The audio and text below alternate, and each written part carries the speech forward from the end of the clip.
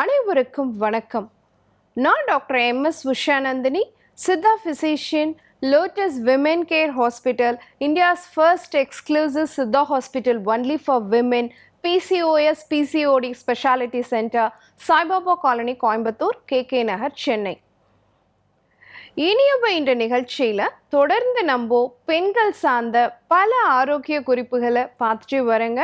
அந்த வகையில் இன்னைக்கு நம்ம சொல்லக்கூடியது, நிறைய பெண்கள் என்கிட்ட கேட்டுட்டு இருந்த விஷயம், குறிப்பாக இந்த பனிக்காலத்தில் எனக்கு கால் வெடிப்பு ரொம்ப அதிகமாக இருக்குது அப்படிங்கிறது.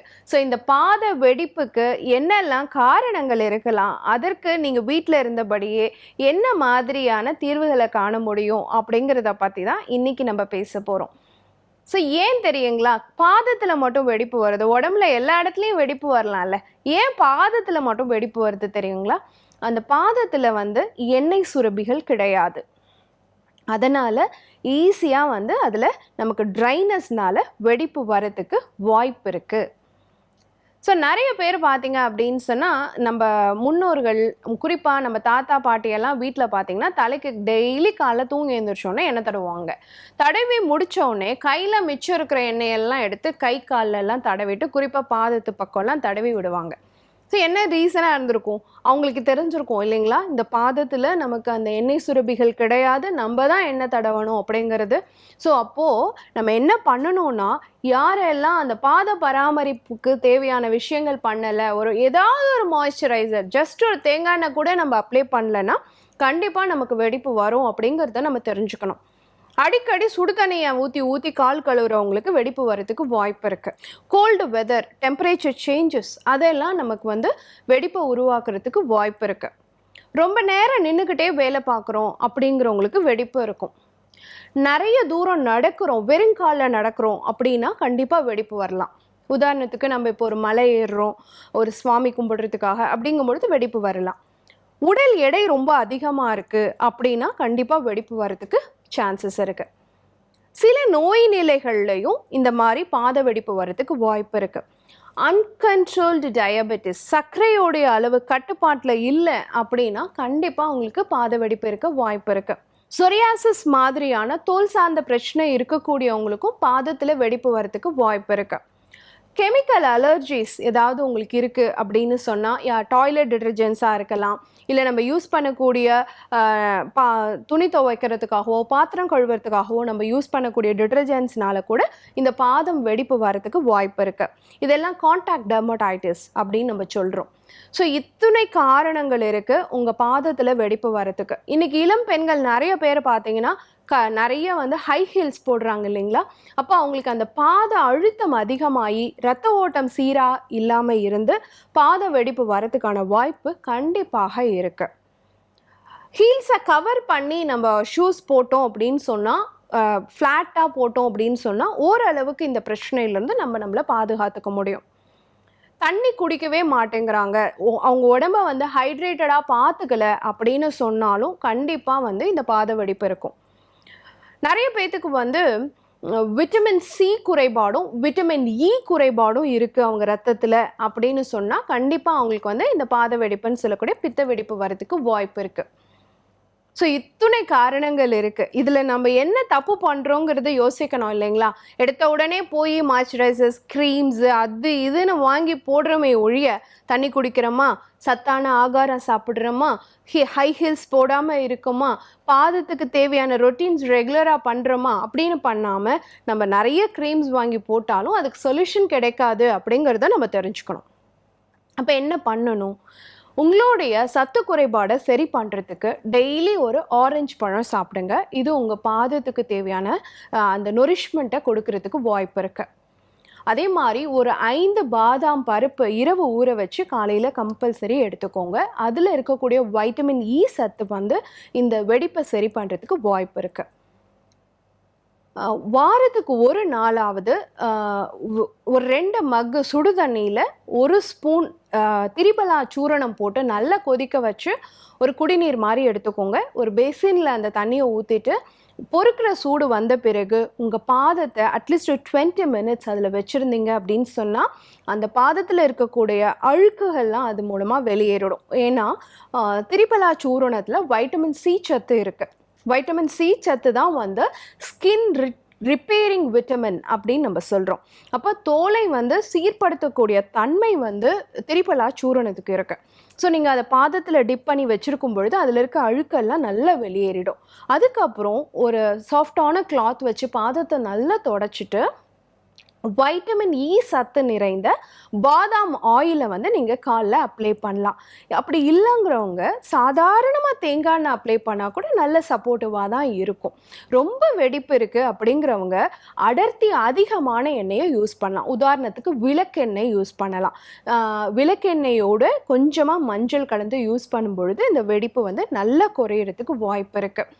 அந்த வெடிப்பில் இச்சிங் இருக்குது அப்படிங்கிறவங்க கொஞ்சமாக குப்பை மேனி, கொஞ்சமாக வேப்பிலை, கொஞ்சமாக மஞ்சள் எல்லாத்தையும் சேர்த்து நல்லா அரைச்சிட்டு அதை பாதத்தில் ஒரு பேஸ்ட் மாதிரி அப்ளை பண்ணிட்டு வந்தீங்க அப்படின்னு சொன்னால் இச்சிங் நல்லா குறையிறதுக்கு வாய்ப்பு இருக்குது. இந்த பாத வெடிப்பு நல்லா க்யூர் ஆகணும்னு வச்சுக்கோங்களேன், நமக்கு வந்து டேனின்கிற சத்துப்பொருள் இருக்கக்கூடிய கடுக்காய் பொடி, மாசிக்காய் பொடி அதெல்லாம் எடுத்து அது கூட வந்து கொஞ்சமாக நீங்கள் வந்து தேங்காய் எண்ணெயை மிக்ஸ் பண்ணி பாதத்தில் அப்ளை பண்ணிட்டு வந்தீங்க அப்படின்னு சொன்னால் கண்டிப்பாக படிப்படியாக அது குணமாகறதுக்கு வாய்ப்பு இருக்குது. அதே மாதிரி மருதாணி இலைகள் இருக்கு இல்லையா, அதை எடுத்து அது கூட வந்து கொஞ்சமாக பால் விட்டு நல்லா அரைச்சி பாதத்தில் நீங்கள் அப்ளை பண்ணிட்டு வந்தீங்க அப்படின்னு சொன்னால் படிப்படியாக உங்களுக்கு இருக்கக்கூடிய பாத வெடிப்பும் பித்த வெடிப்பும் நல்லா குறையறதுக்கு வாய்ப்பு இருக்குது. கூடவே ஒரு நாளைக்கு குறைஞ்சபட்சம் 3 லிட்டர்ஸ் அது நீங்கள் தண்ணி குடிக்கணும்.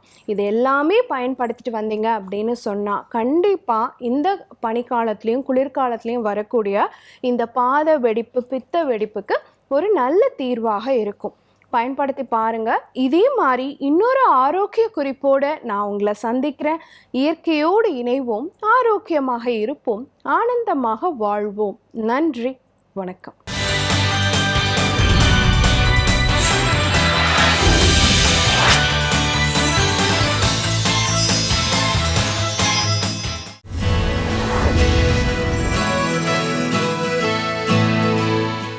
அறிவோம் ஆரோக்கியம் நேயர்கள் அனைவருக்கும் அன்பான வணக்கங்கள். நான் ஸ்ரீவர்மா மருத்துவமனையின் பெண்கள் சிறப்பு மருத்துவர் ஜெயரூபா. இந்த நாள் இனிய நாளாக அமைய என்னுடைய மனமார்ந்த வாழ்த்துக்களும் பிரார்த்தனைகளும். நம்ம உடம்புல இருக்கக்கூடிய ஆற்றல் மையங்கள், இந்த ஆற்றல் மையங்களில் பாதிப்பு உண்டானா என்னென்ன மாதிரியான அறிகுறிகள்லாம் இருக்கும் அப்படிங்கிறத நம்ம தொடர்ந்து பார்த்துட்டே இருக்கிறோம். ஸோ அந்த வகையில் இன்றைக்கு நம்ம கழுத்து பகுதியில் இருக்கக்கூடிய விஷுத்தி சக்கரா, இந்த விஷுத்தி சக்கரா வந்து பாதிக்கப்பட்டால் என்னென்ன அறிகுறிகள்லாம் நம்ம உடம்புல வந்து இருக்கும், ஸோ இதை எப்படி சரி செய்யறது, அதை பற்றி நம்ம இன்னைக்கு பார்க்க இருக்கிறோம். ஸோ நம்ம கழுத்து பகுதியில் இருக்கக்கூடிய இந்த ஆற்றல் மையம், ஸோ எனர்ஜி பாடியில் 4ஆவதா இருக்கக்கூடியது இந்த விஷுத்தி சக்கரா அப்படின்னு சொல்லக்கூடியது. விஷுத்தி அப்படின்னா வந்து சுத்தம், ஸோ அதிகப்படியான ஒரு தூய்மையான ஒரு நிலை அப்படிங்கிறத வந்து சொல்லலாம். ஸோ இது நம்மளுடைய ஒரு ஆக்கப்பூர்வமான, அதே சமயத்தில் ஒரு முழுமையான ஒரு விழிப்புணர்வு நிலையோட நம்ம வந்து நம்மளுடைய எண்ணங்களை வெளிப்படுத்தக்கூடியதுக்கு காரணமான ஒரு சக்கரம் அப்படிங்கிறது இந்த விஷுத்தி சக்கரம். அது மட்டும் இல்லாமல் நமக்குள்ள இருக்கக்கூடிய கிரியேட்டிவிட்டி, ஸோ ஒவ்வொரு விஷயத்தையும் எவ்வளவு அழகா நம்ம வந்து வெளிப்படுத்துறோம், இது ரெண்டுத்துக்கும் வந்து காரணமானது இந்த விஷுத்தி சக்கரான்னு சொல்லக்கூடியது. அது மட்டும் இல்லாமல் நம்மளுடைய உணர்வுகளை எப்படி முறையாக வெளிப்படுத்துகிறோம், ஸோ வெளிப்படுத்துறது ஒரு கம்யூனிகேஷன்னு சொல்லக்கூடியது வந்து எனக்கு ஒரு உணவு வேணும், இல்லை எனக்கு ஒரு தண்ணீர் வேணும் அப்படின்னு சொல்லக்கூடிய ஒரு கம்யூனிகேஷன் இல்லை எனக்கு வந்து ஒரு கோபம் இருக்கு, இல்லை ஒரு மனதளவில் நான் ஒரு திருப்தியான நிலையில வந்து இருக்கிறேன், ஒரு அன்பை வந்து நான் உணர்றேன், இதை எப்படி நான் வந்து வெளிப்படுத்துறது, ஒரு முறையான ஒரு வெளிப்படுத்தக்கூடிய ஒரு நிலை எனக்கு இல்லை, தொடர்ந்து இந்த மாதிரியான ஒரு உணர்வுகள் வந்து எனக்கு அழுத்தப்படுது அப்படின்னா நமக்கு இந்த விஷுத்தி சக்கரம் வந்து பாதிக்கப்படுறதுக்கான வாய்ப்பு இருக்கு. அது மட்டும் இல்லாமல் கிரியேட்டிவிட்டி, ஒவ்வொரு விஷயத்தையும் ரொம்ப அழகாக அதை வந்து ஒரு க்ரியேட்டிவிட்டியோடு நம்ம வந்து செய்யும் பொழுது நம்மளுடைய இந்த விஷுத்தி சக்கரம் வந்து ஆரோக்கியமாக இருக்கும். நிறைய பெண்களுக்கு தைராய்டுனால பாதிக்கப்படுறது, அதே மாதிரி கழுத்தில் இருக்கக்கூடிய தசைகள் வந்து பாதிக்கப்பட்டு அவங்களுக்கு அடிக்கடி கழுத்தில் வந்து வலி வந்து உண்டாகிறது, அதே மாதிரி பேராதைராய்டு அப்படிங்கிற ஹார்மோன், இந்த ஹார்மோன் வந்து பாதிக்கப்பட்டு அவங்க உடம்புல இருக்கக்கூடிய தசைகளில் வந்து பலகீனம் வந்து உண்டாகிறது. இது மட்டும் இல்லாமல் அவங்களுடைய தோள்பட்டைகளில் வந்து ஒரு வலி உண்டாகிறது. இந்த நிலை இருந்தது அப்படின்னா அப்படின்னா உங்களுக்கு விசுத்தி சக்கரம் வந்து பாதிக்கப்பட்டிருக்குங்கிறத நம்ம தெரிஞ்சுக்கலாம். மிக முக்கியமாக தைராய்டுனால பாதிக்கப்படக்கூடிய நபர்கள், இவங்களுக்கு இந்த கம்யூனிகேஷன்ஸ் ஒரு ஆக்கப்பூர்வமான ஒரு எந்த விதமான பயமும் இல்லாமல் முழுமையான ஒரு நம்மளுடைய உணர்வுகளை வந்து வெளிக்கொண்டு வருது, இந்த ஒரு நிலை வந்து பாதிக்கப்படுது. ஸோ நான் எல்லா விஷயத்தையும் ரொம்ப அழகாக பண்ணணும்னு நினைப்பேன். ஆனாலும் இது வந்து இன்றைய ஒரு சூழ்நிலையில் ஒரு பதட்டம் இருக்கக்கூடிய ஒரு சூழ்நிலையிலோ இல்லை நம்மளை வந்து கட்டுப்படுத்தக்கூடிய ஒரு சூழ்நிலைகளால் என்னால் அதை வந்து முழுமையாக க்ரியேட்டிவாக வெளிப்படுத்த முடியல அப்படின்னு நினைக்கும் பொழுது எல்லாமே உங்களுக்கு இந்த விசுத்தி சக்கரம் வந்து பாதிக்கப்படலாம். ஸோ அந்த மாதிரி பாதிக்கப்படும் பொழுது உங்களுக்கு முதல்ல உங்களுடைய புருவத்தினுடைய வெளிப்பகுதியில் இருக்கக்கூடிய முடி வந்து கொஞ்சம் கொஞ்சமாக கொட்ட ஆரம்பிக்கும். அதே மாதிரி உங்களுக்கு தலையில் வந்து முடி வந்து ரொம்ப வந்து ஒரு மெல்லிசாக மாறக்கூடிய ஒரு நிலை, இந்த மாதிரி நிலைகள் வந்து தொடர்ந்து உங்களுடைய முகத்திலையும் சரி கைகளில் கீழ்த்தாடை பகுதிகளிலையும் வெயிட் வந்து கூடுறது. இதனால் உடம்பு முழுவதுமாக வந்து ஒரு வாட்டர் பேக் மாதிரி உங்களுடைய உடல் வந்து வெயிட் வந்து அதிகரிக்கும். ஸோ இது மட்டும் இல்லாமல் தசைகள் வந்து பலகீனமாகிறது, தோல் வந்து வறட்சி அடைகிறது, மாதவிடாயில் வந்து கோளாறுகள் வந்து உண்டாகிறது. அதே மாதிரி இரவு தூக்கம் அப்படிங்கிறது பார்த்தீங்க அப்படின்னா சரியாக இருக்காது, பகலில் வந்து அதிகமான ஒரு தூக்கம் இருக்கிற மாதிரி இருக்கும். இன்னும் சில நபர்கள் சொல்லக்கூடிய ஒரு விஷயம் என்ன அப்படின்னா, ஒரு நாளைக்கு நான் வந்து 10லேருந்து 12 மணி நேரம் தூங்குறேன் டாக்டர், அப்போ கூட எனக்கு வந்து உடல் சோர்வாக வந்து இருக்குது, நிறைய விஷயங்களை நான் வெளிப்படுத்தணும்னு நினைக்கிறேன், எனக்கு அதற்கான சூழ்நிலை வந்து எனக்கு அமையலை, வீட்டில் நான் செய்யக்கூடிய ஒரு வேலைகளை யாராவது ஒருத்தர் அப்ரிஷியேட் பண்ணுவாங்களா அப்படிங்கிற மாதிரியான ஒரு எதிர்பார்ப்பு இருக்குது, எனக்கு இந்த விஷயங்களும் சரியாக நடக்க மாட்டேங்குது. ஸோ அப்போ வந்து எனக்கு மனதளவில் ஒரு சோர்வு வந்து உண்டாகிறது. நிறைய பெண்கள் சொல்லக்கூடிய ஒரு விஷயம் என்னென்னா, எனக்கு பெருமூச்சு எடுக்கிற மாதிரியான ஒரு நிலை அடிக்கடி வந்து உருவாகுது. ஸோ எனக்கு ஏதோ சுவாசம் பத்தாத மாதிரியும், எனக்கு வந்து நான் சொல்ல வேண்டிய விஷயங்களை யாரோ தடுக்கிற மாதிரியும் ஒரு உணர்வு வந்து இருக்குது.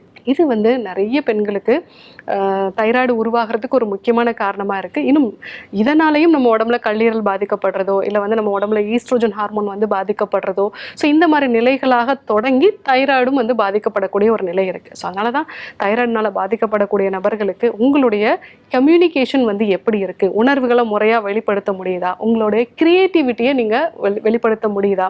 ஸோ இந்த க்ரியேட்டிவிட்டிங்கிறது சமையலாக இருக்கட்டும், அதே மாதிரி நீங்கள் செய்யக்கூடிய ஒரு தையல் வேலையாக இருக்கட்டும், இல்லை வீட்டை சுத்தமாக வச்சுக்கக்கூடிய விஷயமா இருக்கட்டும், இது மாதிரி நிறைய விஷயங்களில் உங்களை நீங்கள் வந்து வெளிப்படுத்தக்கூடிய ஒரு விஷயமா இருக்கிறதுல ஒரு க்ரியேட்டிவாக வெளிப்படுத்த முடியலை அப்படின்னா உங்களுக்கு இந்த பாதிப்புகள் வர்றதுக்கு வாய்ப்பு இருக்குது. ஸோ தைராய்டை நிரந்தரமாக சரி செய்யணும்னு நினைக்கிறவங்க இந்த விஷயத்தையும் நீங்கள் வந்து கவனிச்சுக்கிறது நல்லது. ஸோ உங்களுடைய உணர்வுகளை முறையாக வெளிப்படுத்துறதுக்கான ஒரு வாய்ப்பை ஏற்படுத்திக்கிறது.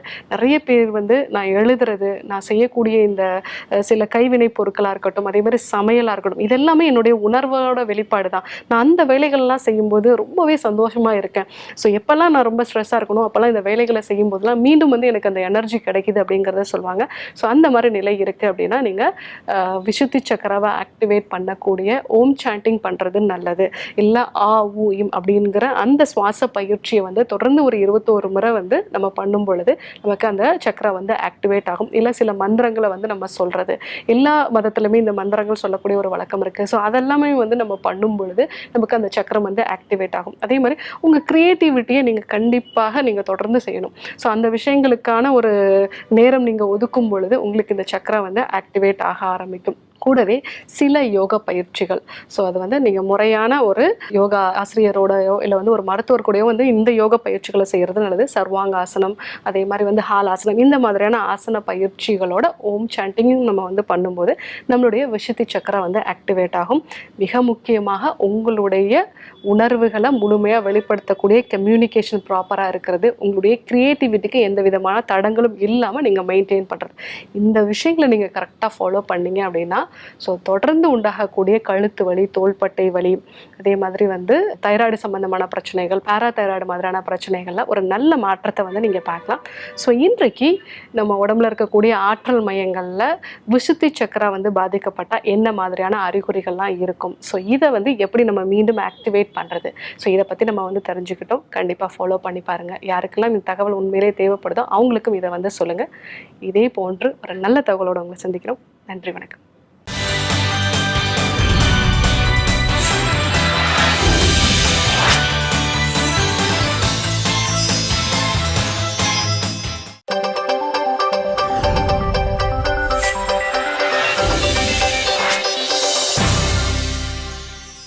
புதியகம் நேயர்கள் எல்லாருக்கும் அன்பான வணக்கம். இது குட்டி ஸ்டோரி.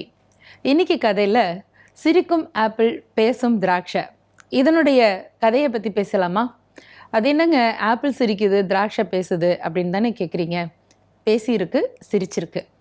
ஒரு ஊரில் ஒரு ராஜா, அவருக்கு 3 பொண்ணுங்க. இந்த ராஜாவுக்கு ஒரு நாளைக்கு தூர தேசத்துக்கு போகிற ஒரு வேலை வந்தது. பொதுவாக அப்பாலாம் வெளியூர் போனாங்கன்னா பிள்ளைங்களுக்கு ஏதாவது gift வாங்கிட்டு வர்றது வழக்கம் தானே. ராஜா இல்லையா, பொண்ணுங்க 3 பேரையும் கூப்பிட்டாரு. என்னம்மா உங்களுக்கு வேணும் அப்படின்னு கேட்டார். மூத்த பொண்ணு சொன்னாங்க, எனக்கு தங்கத்திலால ஆன ட்ரெஸ்ஸு வேணும்ப்பா அப்படின்னு.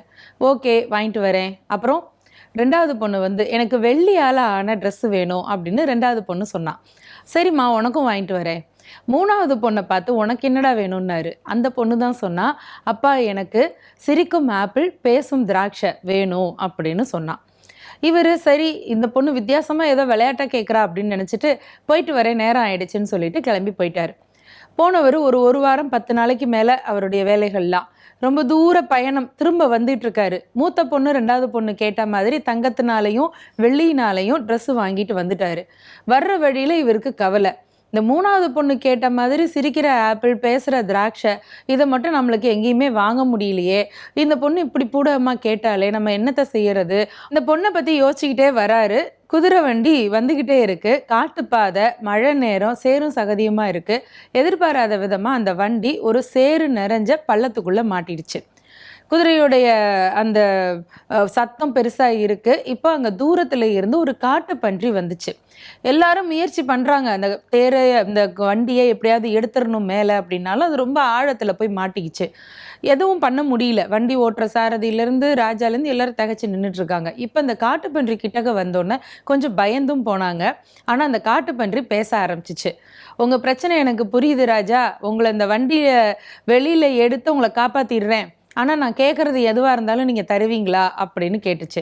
ராஜாக்கு என்ன நினைப்பு, ஒரு காட்டுப்பன்றி அது என்ன பெருசாக கேட்டுற போகுது, நீ என்ன கேட்குறியோ நான் தர்றேன், வா என்னை காப்பாற்று, வண்டியை வெளியில் எடு அப்படின்னு சொல்லிட்டார். இந்த காட்டுப்பன்றி வந்தது, அதோடைய நீளமான அந்த கொம்பை வச்சு வண்டியை பள்ளத்துக்குள்ளே இருந்து தூக்கி வெளியில் விட்டுருச்சு. இப்போது ராஜாவுடைய அந்த குதிரை வண்டி வேகமாக அரண்மனையை நோக்கி வருது. அதோடவே கூட சேர்ந்து இந்த காட்டுப்பன்றியும் ஓடி வந்துக்கிட்டே இருக்குது. அரண்மனைக்குள்ளே வந்தாச்சு. பொண்ணுங்க கேட்ட தங்க ட்ரெஸ்ஸு வெள்ளி ட்ரெஸ் எல்லாம் கொடுத்துட்டாரு. 3வது பொண்ணு வந்து நின்றுது. இப்போ காட்டுப்பன்றி வந்து நின்றுது. ராஜா சொன்னார், இங்கே பார், உனக்கு ஏதாவது சாப்பாடு வேணும்னா அந்த போட சொல்கிறேன், சாப்பிட்டு போ அப்படின்னு. அதெல்லாம் வேலைக்கு ஆகாது, நான் என்ன கேட்டாலும் தரேன்னு நீங்கள் வாக்கு கொடுத்துருக்கீங்க அப்படின்னு. நீ என்ன கேட்க போகிறன்னாரு ராஜா. அப்போ அந்த காட்டுப்பன்றி சொன்னிச்சு, உங்கள் 3வது பொண்ணை எனக்கு கல்யாணம் பண்ணி வைங்கன்னு. என்னையா அது வினோதமாக இருக்குது, காட்டுப்பன்றிக்கு பொண்ணை கல்யாணம் பண்ணி வைக்கிறதா, அதுவும் இளவரசியை அப்படின்னு. காட்டுப்பன்றி சொன்னது, ராஜா வாக்கு தவறக்கூடாது, பொண்ணை என் கூட அனுப்பி வைக்கிறீங்களா இல்லையான்னு கேட்டுது. அவர் வேற வழியே இல்லை, ஒரு வண்டியில் பெண்ணை உட்கார வச்சு காட்டுப்பன்றி அதை இழுத்துக்கிட்டு போயிட்டே இருக்குது. காட்டுப்பன்றி எங்கே போய் இருக்கும், அது பெரிய இடத்துலையா இருக்க போது, அதுக்குன்னு ஒரு இடம் இருக்குது. அந்த இடத்துக்கு போனால் அங்கே ஒரே நாற்றம், இடமே சரியில்லை. இந்த இளவரசி அந்த இடத்த பார்த்த உடனே அவளுக்கு ஒரு மாதிரி ஆயிடுச்சு. ஐயோ கடவுளே, இப்படி ஒரு இடத்துல கொண்டு வந்து நம்மளை வாழ வைக்கிறியே அப்படின்னு நொந்துக்கிட்டே அந்த காட்டுப்பன்றி உள்ளே போ அப்படிங்குது. இந்த பொண்ணும் உள்ளே போகிறா. அந்த வீட்டுக்குள்ளே ஒரே நாத்தமாக இருக்குது. ஒரு இடத்துல வைக்கல் அடுக்கி வச்சிருக்கு. இவ போன களைப்பில் அப்படியே மயக்கம் போட்ட மாதிரி அதில் படுத்து தூங்கிட்டா. மறுநாளைக்கு மத்தியானத்துக்கு மேலே தான் கண்ணு முழிச்சு பார்க்குறா. பார்த்தா அந்த இடமே ஒரு பெரிய அரண்மனையாகவும் இவ படுத்த அந்த வைக்கல் போரு தங்கத்தால் ஆன கட்டிலாவும் மாறி இருந்துச்சு. காட்டுப்பன்றி நின்ன இடத்துல அழகான இளவரசன் ஒருத்தனும் நின்றுட்டு இருந்தான். இவளுக்கு ஆச்சரியம் தாங்கலை. எங்கள் அப்பா என்னைய காட்டுப்பன்றியோட தானே அனுப்பிச்சாரு, அது வந்து ஒரு அழுக்கான இடத்துக்கு தானே கொண்டு வந்துச்சு, இது என்ன புதுசாக இருக்குது அப்படின்ன போது பணிப்பெண்கள்லாம் வந்து அந்த பொண்ணுக்கு வேண்டிய புது ஆடை எல்லாம் கொடுத்து சாப்பாடு கொடுக்குறாங்க. இப்போ இளவரசர் பேசுகிறாரு, நான் ஒரு சாபத்தினால காட்டுப்பன்றியா ஆயிருந்தேன், ஆனால் என் சாபத்தை தீக்கிறதுக்கு வழி நீயா தான் இருந்த அப்படின்னு. எனக்கு புரியலைங்க அப்படின்னு அந்த பொண்ணு சொன்னா. கிளம்பி வா அப்படின்னு சொல்லி தோட்டத்துக்கு கூட்டிகிட்டு போகிறாரு. அந்த தோட்டத்தில் ஆப்பிள் மரமும் திராட்சை கொடியும் இருக்குது. ஆப்பிள் மரத்தில் இருக்கிற அந்த ஆப்பிள்லாம் ராணியை பார்த்து சிரிக்குது. உள்ளுக்குள்ளே இருக்கிற திராட்சையெல்லாம் பேசுது. இந்த ஆப்பிளையும் திராட்சையையும் பார்த்தா ஆச்சரியப்பட்டு நின்னா இளவரசி. அப்போ தான் அந்த இளவரசன் சொன்னார், நான் ஒரு சாபத்தினால காட்டுப்பன்றியா ஆகிட்டேன், எனக்கு சாப விமோச்சனம் என்ன அப்படின்னு கேட்டபோது, உலகத்தில் எந்த பெண்ணு சிரிக்கும் ஆப்பிள் பேசும் திராட்சை எனக்கு வேணும்னு கேட்குறாளோ அந்த மாதிரியான வித்தியாசமான பொண்ணு தான் உனக்கு மனைவியாக வந்து சேரணும். அவள் இந்த அரண்மனைக்கு வந்த போது அந்த இடம் இருக்கிற அந்த பாழடைஞ்ச இடமா இருந்துச்சு இல்லையா, அவள் எப்போ வராளோ அப்போ அந்த இடம் மறுபடியும் அரண்மனையாக மாறிடும். நீயும் பன்றியாக இருந்ததுலேருந்து இளவரசனாக மாறிடலாம் அப்படின்னு எனக்கு சாபத்துக்கான விமோச்சனம் சொல்லி இருந்தாங்க. இதே மாதிரி இந்த ராஜாவுக்கு 3 பொண்ணுங்க இருக்காங்க. இந்த 3 பொண்ணுங்களில் 2 பொண்ணுங்க தங்கத்திலையும் வெள்ளிலையும் ஆடை கேட்டாங்க. 3வது பொண்ணு மட்டும்தான் இப்படி ஒரு வித்தியாசமான பரிசு கேட்டா அப்படிங்கிற விஷயம் நாடு முழுக்க பரவிடுச்சு. அதனால அதை கேள்விப்பட்ட நான் அப்பவே உன்னை கல்யாணம் பண்ணணும்னு முடிவு பண்ணி தான் உங்க அப்பா வந்துகிட்டு இருந்த வழியில வந்தேன். நல்ல விதமா உங்க அப்பாவும் அந்த ஆபத்திலேருந்து காப்பாத்திட்டு இப்போ உன்னையும் கல்யாணம் பண்ணி கூட்டிட்டு வந்துட்டேன். நீ கவலைப்படாத, நீ பயந்த மாதிரியான வாழ்க்கை இல்லை, மகிழ்ச்சியா நம்ம இருக்கலாம் அப்படின்னு அந்த இளவரசன் சொன்னாரு. இது மாதிரி பொண்ணுக்கு அதிர்ஷ்டவசமா நல்ல வாழ்க்கை அமைஞ்சிருச்சுன்னு கேள்விப்பட்ட அப்பா அந்த ராஜாவும் ரொம்பவே சந்தோஷப்பட்டாரு. எல்லாரும் மகிழ்ச்சியா இருந்தாங்க. சிந்திக்கலாமா? நன்றி.